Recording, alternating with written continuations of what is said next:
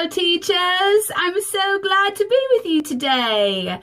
So to answer some of your questions before we get started, yes, I am going to be talking in a British accent because it's fun. 2, I am single with no kids and have nothing better to do with my life than sit on a sink talking about reflection in front of a mirror. Ha ha ha! So, my hope for you today is that not only do you learn about reflection and how to do it well with your students like DQ13 asks us to do, but that you have fun learning this new content, because learning about new things is fun, just like learning about Jurassic Park, because we love dinosaurs and it teaches us all about dinosaurs. So, here we go. Reflection. For those of you nerds out there that love synonyms like me, here's some synonyms for reflection. Contemplation, consideration, an idea, an opinion, or an observation. My choir professor used to say this all the time, and I absolutely love this quote. The choir, or the ensemble, is a reflection of the conductor, or in this case, the teacher.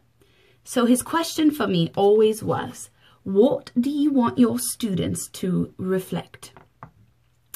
With this information and with this question, we're going to present some new ideas and critical content for you to digest in your groups here in a second. So, the first one is, not only are the students to be reflecting, but you yourself are supposed to be reflecting to make necessary adjustments. Number 2. Reflection happens at the end of critical content. So your reflection should be happening throughout the whole lesson, but the main reflection happens at the end of critical or new content. Number 3.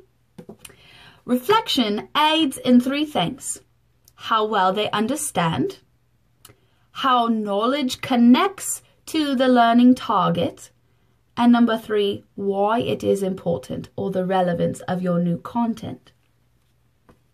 Number 4, reflection allows students to determine if preconceptions are inaccurate, accurate, and helps with clarification or clarity of the new content.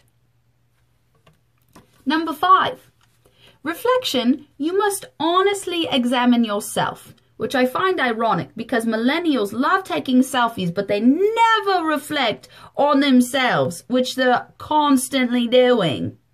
All right, enough of my soapbox. Your class must have a culture of safety in order for this honesty to happen. So, if you want your class to examine themselves and for them to share specific thoughts about new content, make sure you have a culture of safety.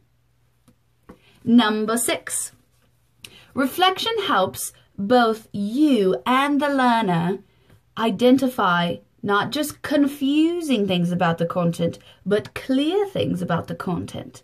This enhances learning and also allows you as the teacher to make necessary adjustments, which takes us back to the first one, that not only are the students reflecting, but you as well are reflecting. I hope you enjoyed this video and learned some new information. And here in a second, we're going to take it into digestible bites for you, so that way your table will come up with new ideas on how to reflect. So I thank you for this lovely day and enjoy some learning. Ta-da!